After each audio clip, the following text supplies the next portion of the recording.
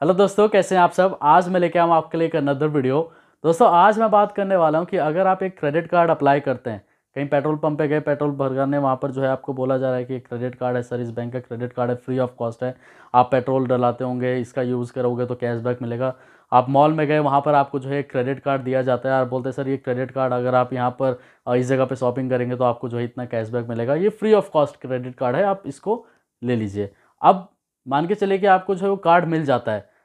Pin generate करने से पहले ही आपके पास एक जो है मंथली स्टेटमेंट आ जाती है कि आप जो है इसका एनुअल फीस आप पे करें। आप ये सोचते हैं कि मेरे को तो फ्री ऑफ कॉस्ट बताया गया था।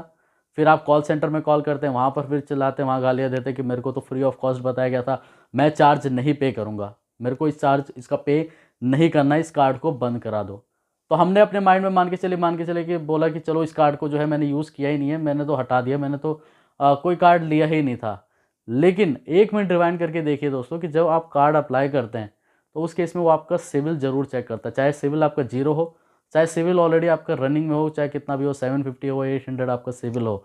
लेकिन अगर मान के चलिए कि आपने जो है उसका एनुअल फ़ी पे नहीं किया और बाय मिस्टेक जो है, या मतलब कि अगर बैंक ने जो है आपके सिविल में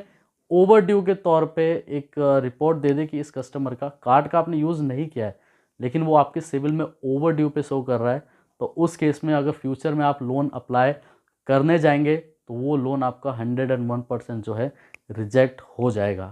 दोस्तों, यूट्यूब पे काफ़ी वीडियोस बनाए गए हैं, लेकिन इस टॉपिक के ऊपर आपको जो है कोई बताएगा नहीं। मैं आज आपको इसके बारे में बता रहा हूँ। तो आप एक लेफ्ट हैंड साइड में मेरे देख पा रहे होंगे एक कमेंट। अभी 2 दिन पहले एक मैडम ने कमेंट किया कि सर मेरे को फ्री ऑफ कॉस्ट बोल के क्रेडिट कार्ड दिया गया, मैंने उस कार्ड का पेमेंट नहीं किया और बाद में जब 2 साल के बाद मैंने होम लोन अप्लाई किया तो मेरा होम लोन रिजेक्ट हो रहा है। मैंने थोड़ा नीचे ब्लर इसलिए कर दिया क्योंकि इस पे जो है उन्होंने एक अपना मोबाइल नंबर दिया हुआ था, तो इसलिए मैंने उसको ब्लर कर रखा है। तो उनका जो कहना था, जब मैंने उनसे इंस्टाग्राम पे बात की तो उन्होंने प्रॉपर मेरे को अपना सिविल रिपोर्ट सेंड किया, तो उनके सिविल में सेटलमेंट नहीं दिखा रहा था, उनके सिविल में जो है ओवर ड्यू दिखा रहा था 1500 रुपये का। आप मेरे लेफ्ट हैंड साइड पे देखिए, ये मैंने किसी का गारंटर बना था, तो उन्होंने जो है पेमेंट समय से नहीं किया और जाके एफएनएफ करा लिया, फुल एंड फाइनल पेमेंट दे दिया। लेकिन जो बैंक के चार्जेस थे, जो उन्होंने मोरेटोरियम के टाइम पे जब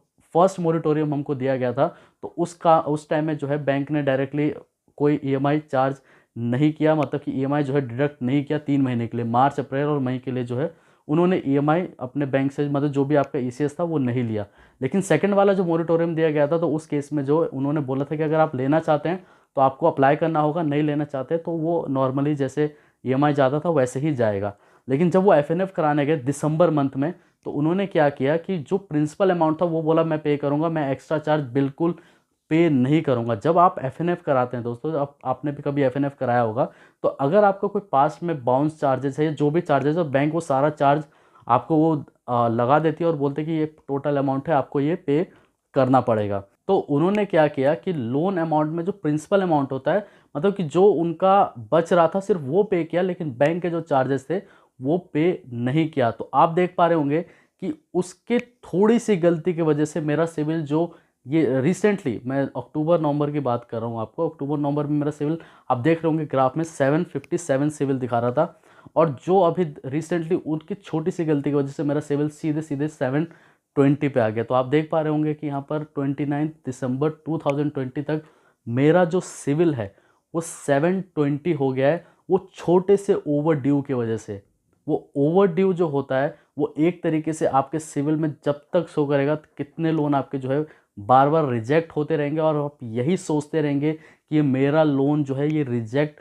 क्यों हो रहा है, कि जबकि मैंने तो ना तो कोई सेटलमेंट कराया है, ना ही मैंने कोई पेमेंट जो है वो डिले की है। अगर आपको जो है free of cost credit card कोई ऑफ़र कर रहा है और मान के चलिए कि आपके घर पे मंथली स्टेटमेंट आ जाता है, तो उस केस में आपने उसका मना कर दिया कि मैं पेमेंट नहीं करूँगा तो नहीं करूँगा। तो लेकिन अगर आप अपने सिविल रिपोर्ट को अगर चेक करेंगे, आप अगर इस तरीके से सिविल रिपोर्ट चेक करना चाहते हैं दोस्तों, तो ट्रांस यूनियन के वेबसाइट पर जाके सिविल चेक कीजिए, सारे के सारे डाउट आपके क्लियर हो जाएंगे। जो आप यहाँ वहाँ पेटीएम और इस जगह अलग अलग जगह पे जो सिविल चेक करते हैं, वहाँ पर मत चेक कीजिए। अगर आपको जेन्युइनली अगर आपको सिविल अपना देखना है, तो मैंने जो है लिंक जो है डिस्क्रिप्शन में दिया हुआ है। जो आपका सिविल चेक करती है बैंक लोन देते टाइम में, वही सिविल आप अपना चेक कर पाएंगे और वहाँ पर सारे डाउट आपके क्लियर हो जाएंगे। और कैसे जो है आपको पता चलेगा कि ओवरड्यू दिखा रहा है कि नहीं दिखा रहा है, वो मैंने ऑलरेडी वीडियो बना रखा है, नीचे लिंक जो है डिस्क्रिप्शन में दी हुई है, आप चाहे तो उसको जाके देख सकते हैं। अगर आप फ्री में इसी तरीके से सिविल चेक करना चाहते हैं तो वो भी जो है आप चेक कर सकते हैं। अब मान के चलिए कि आपने जो भी आपके बैंक के पास जो भी बैंक का आपके पास क्रेडिट कार्ड था, उसका पेमेंट आपने नहीं किया, मतलब जो उसका एनुअल चार्ज था वो पे नहीं किया, तो आपके अकाउंट में मतलब सिविल अकाउंट में इस तरीके का अकाउंट बन जाएगा। जैसे अभी मेरा आरबीएल बैंक का एक क्रेडिट कार्ड दिखा रहा है, एक अकाउंट ओपन हो जाता है सिविल में कि इस कस्टमर के पास इस बैंक का क्रेडिट कार्ड है। अब मान के चलिए कि आपने जो है पेमेंट नहीं की, जो आपके एनुअल स्टेटमेंट जो आपका आया मतलब उसका पेमेंट नहीं किया,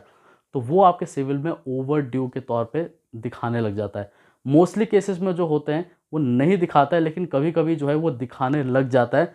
जब हम लोन अप्लाई करने चाहते हैं और वो लोन जब रिजेक्ट हो जाता है, तब हमको उसके बारे में पता चलता है। तो क्यों ना पहले से ही हम एक बार चेक कर ले कि जो मैंने क्रेडिट कार्ड अप्लाई किया था और जिसमें मैंने उसका पेमेंट नहीं किया, मतलब जो एनुअल फ़ी का पेमेंट नहीं किया, तो क्या वो मेरे सिविल में कहीं ओवर ड्यू के तौर पे तो नहीं दिखा रहा है, कहीं मेरा लोन रिजेक्ट तो नहीं हो जाएगा। तो आप मेरे लेफ्ट हैंड साइड पे देखिए, ये मैडम का कमेंट, उनका तो होम लोन जो है वो रिजेक्ट हो गया। मतलब इन्होंने होम लोन के लिए अप्लाई किया था, वो रिजेक्ट हो गया। 2 साल पहले इन्होंने एक क्रेडिट कार्ड लिया जिसका एनुअल फीस इन्होंने पे नहीं किया, अब इन्होंने पे किया है, तो वो आप मैडम कह रहे हैं कि कितने दिनों में मेरा सिविल जो है वो ठीक हो जाएगा। होम लोन जो सिक्योर लोन है वो लोन देखो आप सोचिए कि रिजेक्ट हो गया। कभी कभी क्या होता है कि जब अच्छी जगह से आप लोन अप्लाई करते हैं एलआईसी वगैरह से या अच्छे बैंक से, एसबीआई बैंक से जो है होम लोन अप्लाई करते हैं, तो वो आपके सिविल में अगर कहीं पर भी थोड़ा सा मिस्टेक होता है तो वो होम लोन जो है वो रिजेक्ट कर देते। इन मैम का तो जो है होम लोन रिजेक्ट हो गया। तो अगर आप ये सोचते हैं कि मैं अपने क्रेडिट कार्ड का जो भी एनुअल फीस है वो पे नहीं करूँगा, तो दोस्तों फ्यूचर में जो है अगर आप लोन लेने से पहले एक बार ये चेक कर लेना कि आपके सिविल में कोई ओवर ड्यू तो शो नहीं कर रहा है। अगर वो ओवर ड्यू शो कर रहा है, तो अगर आप अनसिक्योर्ड लोन ले रहे हैं, क्रेडिट कार्ड ले रहे हैं, पर्सनल लोन ले रहे हैं, तो वो 101% रिजेक्ट हो जाएगा। मेरी एक छोटी सी गलती, मतलब कि जो जिसने लोन लिया था उसने जो है पेमेंट नहीं किया समय से, तो उससे मेरा सिविल, उसका तो डाउन हुआ ही, साथ ही साथ मेरा भी सिविल आप देख पा रहे होंगे 720 हो गया है। ये क्लियर हो जाएगा कुछ दिनों में, ऑलरेडी डिस्प्यूट मैंने रेज किया हुआ है, उन्होंने सारे पेमेंट आप क्लियर करते हैं, तो ये सिविल जैसे है अब थोड़े दिनों के बाद 28 दिन लगते हैं, ये रिकवर हो जाएगा। अगर आपको कोई credit card free of cost देता है, अगर उसने एनुअल चार्ज लगा दिया, फिर उसके बाद आप सोचते हैं कि मैं पेमेंट नहीं करूँगा, तो फ्यूचर में लोन अप्लाई करने से पहले एक बार ये ज़रूर चेक कर लेना कि कोई ओवर ड्यू तो शो नहीं कर रहा है बैंक के वजह से। अगर वो ओवर ड्यू शो कर रहा है तो आप जितने बार भी लोन अप्लाई करेंगे वो 101% अनसिक्योर लोन जो है आपका रिजेक्ट होगा।